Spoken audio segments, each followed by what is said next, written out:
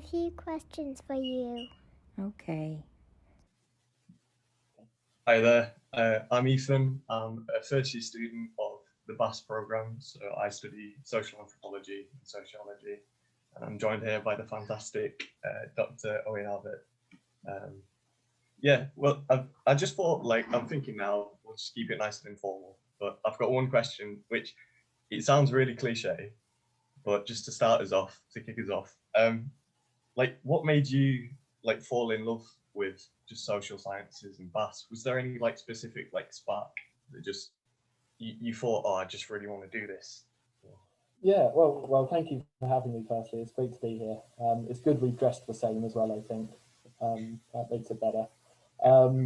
But yeah, I don't know. I think because my pathway into social sciences was through sociology, and I went to a not so good comprehensive school in a not so good area, I suppose. And I learned a lot of things from being there, which I guess aren't learned from slightly more fancy schools. But then we had a municipal sixth form college in Colchester, where I'm from, in Essex, and that was kind of set out like a kind of mini university, and you're able to study stuff and have like free periods and all the rest of it. And I was able to take sociology, and I can't remember if I took it because it sounded easy, which I was probably wrong about, but or whether it just sounded really interesting. But I just sat there, and it just, like you were saying just then, it just clicked instantly. And I think it started to resonate with a kind of developing kind of political interest. I think this is why a lot of people get interested into the social sciences. I was starting to develop a bit of kind of political consciousness, but also the kind of, I think the first thing we did in my A-level sociology modules was a sociology of education. And within this, there's all the explanations for why certain groups do much worse in education systems and after education systems as a result of their participation within them. And this really resonated with my experience of where my school was located, and the experiences of me and many of my friends. And it then kind of connects to that kind of social justice warrior thing, which is really good to get going when you're 16 or 17, I suppose. So yeah, then continued to go down sociology. Actually, with criminology as a minor in university. I mean, I can't remember how. I had a few different interests, but then got quite interested in the kind of topic of morality, and this then put me in touch with doing a lot of philosophy stuff. So I ended up doing my PhD half in philosophy and half in sociology. And I probably around the time I was leaning a bit more towards the philosophy, but I very much come towards the sociology side of things. And some recent things have led me to engage much more with the kind of social anthropology side of ethics and morality. And some of my colleagues and my new colleagues at my next job have led me to really engage with these. And it's really interesting to see similarities and differences across these disciplines. That's right. Yeah, I'm similar as well with the whole, it's really nice to see the intersectionalities of all of the different subjects that you can bring your knowledge from philosophy to sociology really easily, and then sort of go back and forth. So I'm with Absolutely. you. Yeah. But also I wondered, because I was having a lecture with you the other week and I really enjoyed it in your module. And Thank you. I enjoyed the way that you sort of, I could see you bring your own personality into the lecture by discussing the topic of Rage Against the Machine and music. And back in GCSE when I did sociology and all that, I always have certain music that I have to listen to before to get me in the mood to do sociology or any sort of social sciences. So for me, I'm a big Rage Against the Machine fan and political rap. But I wondered if you have the same, Yeah, I was really happy with the response the Rage Against the Machine video got in the lecture, because it's 2009 now and I started here in 2017. And I already thought it was getting a little bit tenuous to even be talking about things like X Factor and the kind of counter-revolution to this. But yeah, no, I was really happy to see like instantly a load of people pop up on the chat saying, "Yeah, Rage Against the Machine," yeah, and all of this stuff. Because a lot of your course mates would have been quite young at that time when it was 2009, which doesn't seem that long ago for me. But our cultural references get fewer and fewer as we get older, so we have to rely on quite expensive things. But yeah, no, I guess that's where like the kind of developing politics side of me around that kind of age of 16, 17, when I started to get interested in sociology, you definitely start to find those bands like Rage Against the Machine, and then, you know, looking out towards like NWA and stuff like that as well. Yeah, and you kind of see that there are these really interesting political notions. And then I think the joys of doing something like media, culture and society is that you are able to talk about these really interesting things and things that you find really interesting culturally and do something really quite culturally remarkable. And you get to think about kind of theories and ways of understanding the world through these, which I guess is why it appealed to you a little bit as well, was it, Ethan? Yeah, 100%. Yeah, I love that. I thought it was really fun. Yeah. So you know, in your obviously your media culture society course, is that your have you got any certain like lectures that are just your like favorite things to deliver, or like these favorite little like points that you like to put in people's minds, From a media, culture and society stuff in or just particular? anything? Oh, yeah. Yeah, so I love the media, culture and society course. I kind of got handed it a little bit when you know, I started teaching in Manchester 4 years ago, and it's my first job out of PhD. And you know, you're kind of a bottom of the pile, and you teach what you get told to teach a little bit. But I loved every second of doing it.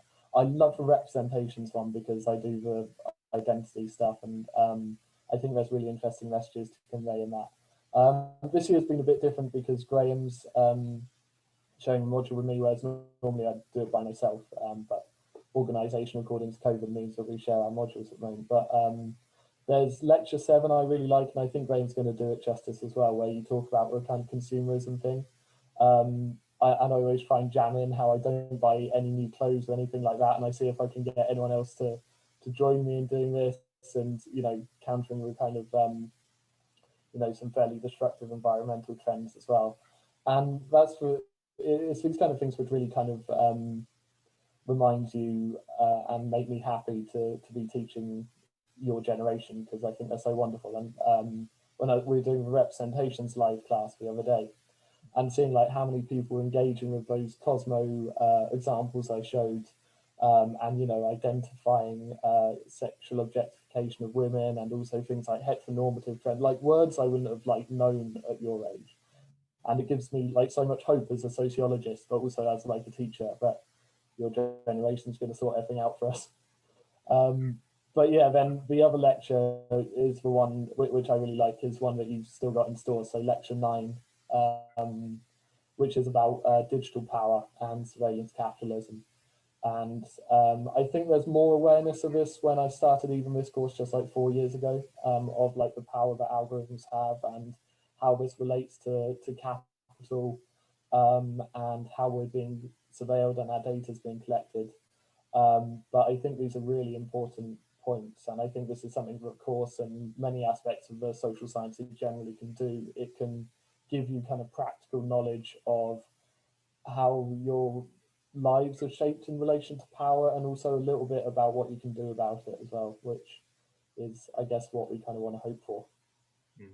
So on that note, do you think that like teaching social sciences for you is like a little bit, you can use it as a tool to sort of like put across your own opinions that you've, not opinions, but like opinions that you've thought a lot about and researched on, to try and like get people like me just to think about, you know, different aspects of life in a different light or a different perspective? Is that something that you try to do, or just subconsciously it just happens? I think it's something, I don't know, it's a bit difficult because like when you get all the teacher training, you want to, like they always say, keep yourself fairly neutral and stuff. And I think there's a certain amount of value to that. But I also think that, firstly, I think your generation is the ones who, you know, much more about like contemporary issues than many of us teachers. And I think that's really wonderful. But I think something about enjoying learning and being interested in social sciences, it comes from a basis of being engaged with like key and contentious things that are surrounding us, debates that you find interesting. And I think we'd be a bit obtuse as kind of teaching social sciences if we didn't try and engage with us and if we didn't really kind of convey our own kind of thoughts on stuff. I don't think that social sciences should be that neutral on how it delivers its teaching. I think we have behind us a huge body of knowledge and of ways we can think about the world differently, which allow us to make judgments about how stuff should be and judgments which we think can and should be made. This doesn't mean that we have to be like telling you how the world is or imposing opinions upon you, but we do want to be showing here's something that I think for a very good reason based on a lot of research. Here's some ways you can think about the world too, and if this is engaging into ways and some things that you find interesting, then I see no reason for that not to be conveyed in teaching. Yeah, I suppose that attitude sort of like is quite infectious and it rubs off on people in quite a good way. Like it just gets you, thinking more. I also noticed that you had like a few like recent publications, like some of them that have like won some certain awards as well. Do you mind just telling me about those in a bit more detail? Or thank you. You never have to give us academics much chance to start talking about this stuff. Yeah, no. So my book, which was my first book, which came out of my PhD, which is called The Self, Relational Sociology and Morality in Practice, was published in 2019-20. And that won the British Sociological Association Prize for the best first sole authored book, which is very nice, and it's one of the big awards that the BSA gives out, and is a huge surprise. And it was like right at it was awarded in April last year, and that was right when the world was obviously going nuts, and it's quite nice to be able to get something like that at the time.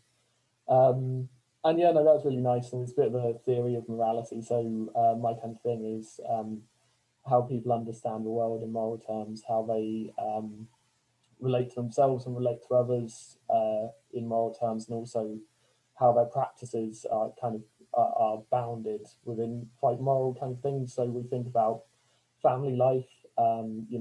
We often don't really think about such things in moral terms, but those quite complex decisions of how we care for elderly parents, for example, and how we do this in a way which doesn't tread on other people's toes and stuff. Kind of frames life in moral ways which are often quite ignored by philosophy, and that's part of the point which the book is making. And then I go on about a load of theory around that as well, which is probably less interesting.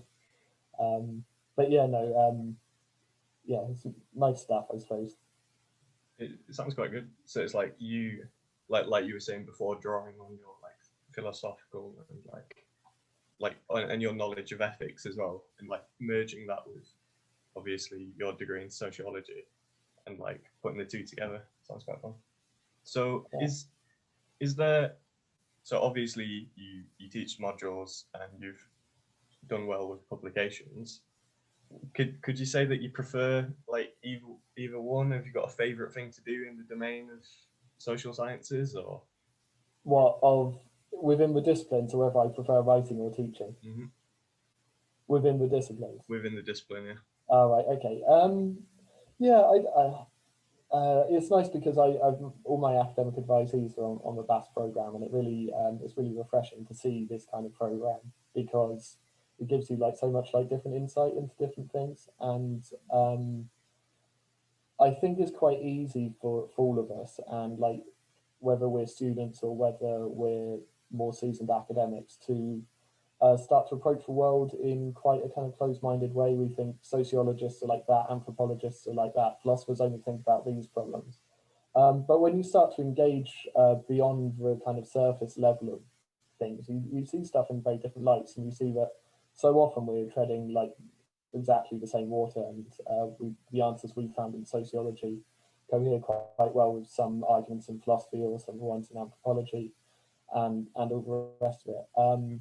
I really like sociology just because it's one I know most about, and I have kind of moved away from. I think I got a little bit frustrated with philosophy a little bit when I was doing my PhD, partly because I couldn't understand it a lot of the time. But yeah, I think sociology and anthropology kind of appeal to my ways of thinking a little more, I think, nowadays.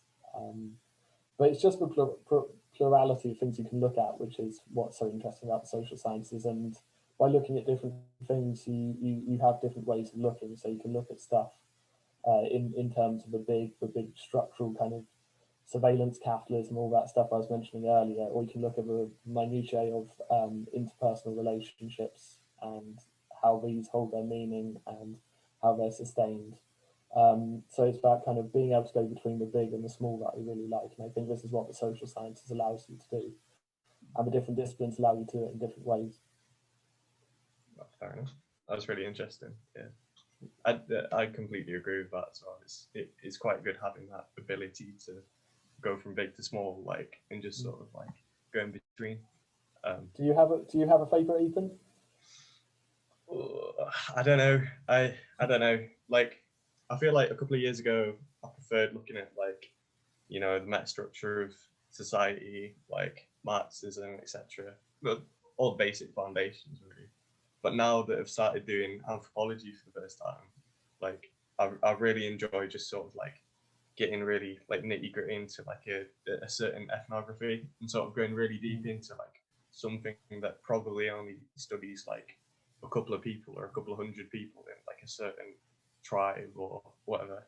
And it's just really interesting, like reading just how they act. It's just something different, and you can sort of relay it into how we act in a wider society, so you can bring them both together and like see if there's any like correlations or trends between the two.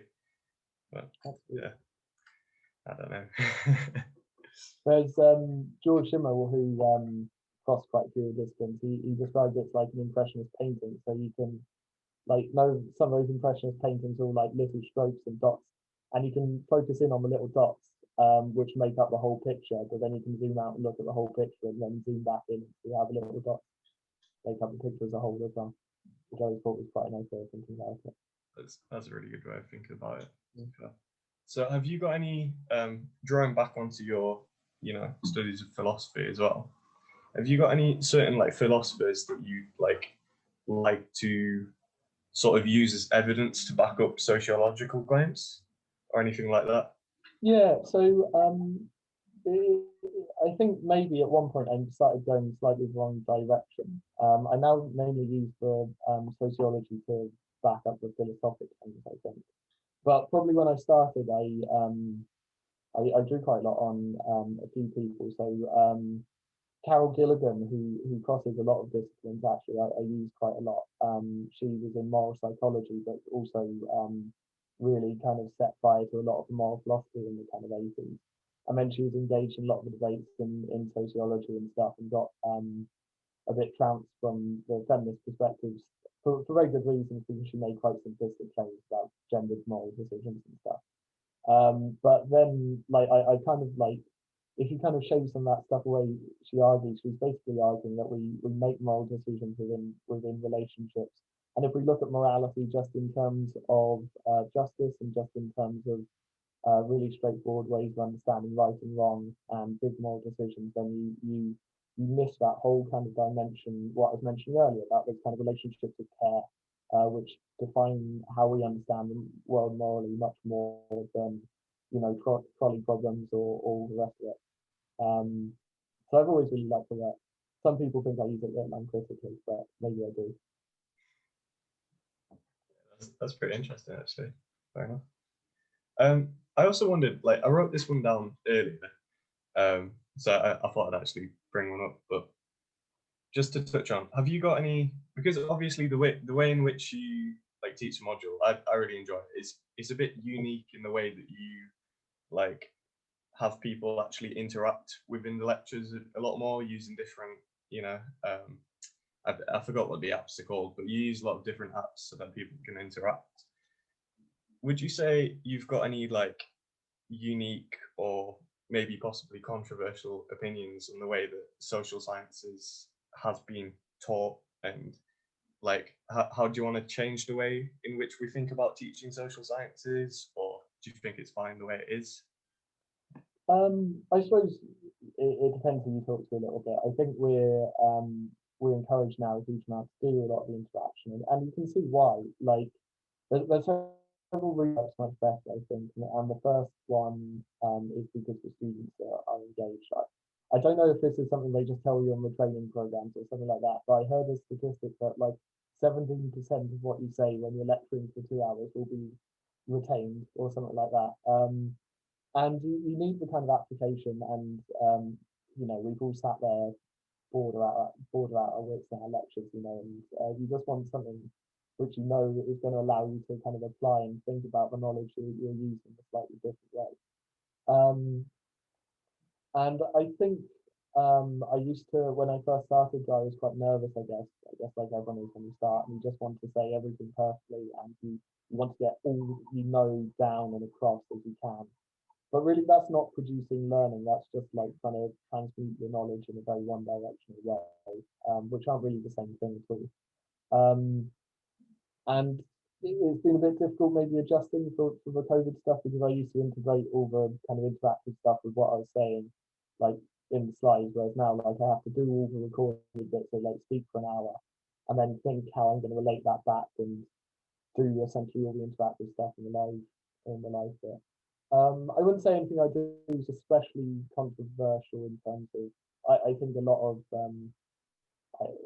it's just taken to good practice nowadays. I think to engaging people. It's also sometimes quite enjoyable when I'm not the one teaching to sit down and listen to someone just speak and hear what they've got to say for a long time as well. But yeah, I'm glad to hear you enjoy it. Although I guess it'd be pretty awkward if you told me just then that you didn't. True. Yeah, it's all for the interview now. Yeah. Yeah, I wondered as well, since we're talking about, I'm trying to like relate it back to BAS as much as I can. Like it's out of habit I talk about sociology, but so would you consider social sciences like the same level as the sciences, other sciences, say like physics and biology or chemistry? Like, is it under the domain of an actual science or not, in your opinion? It's difficult, and obviously the disciplines have like different ways of understanding the world. But in the sense that like it's empirical and it's generating knowledge about how the world is, I think absolutely.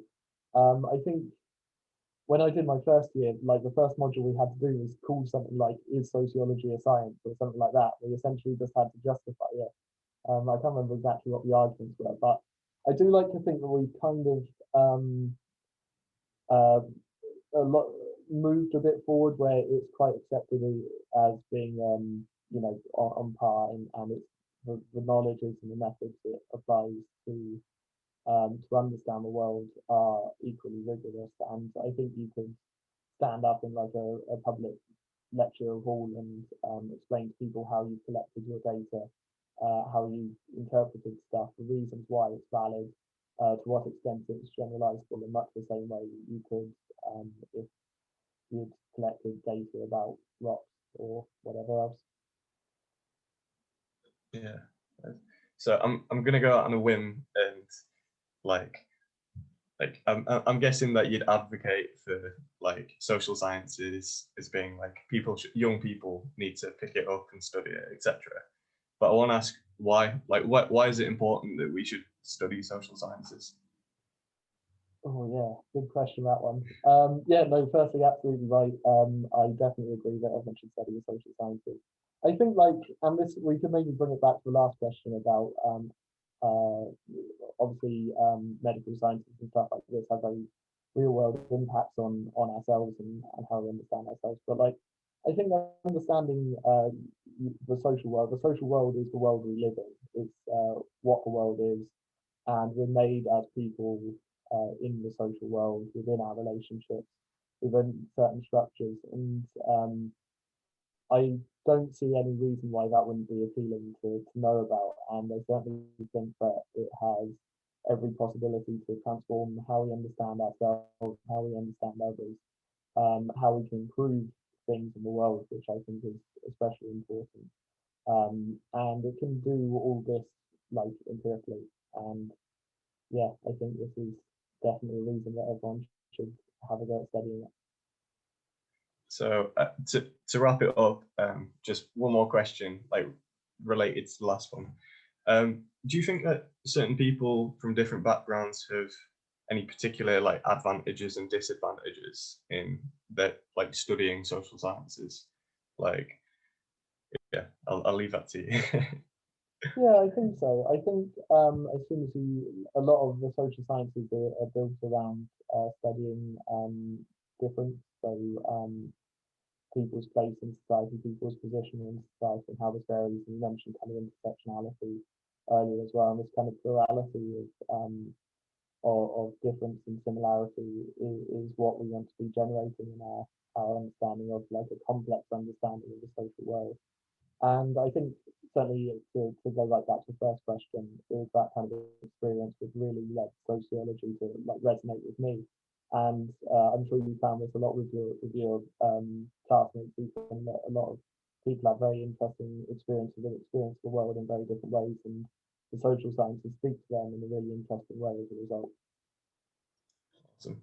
Well, I really appreciate the way that you made it easy for me as well. You circled back to the first question. So that was luck rather than judgment. Thank you very much. All right. Well, thank you very much for your time. It was Thank really you so fun. much. Yeah, it was really nice. I really enjoyed doing that, and thank you so much for putting together all these questions and for organising it. It was really great. Yeah. Cheers, Catherine. All right.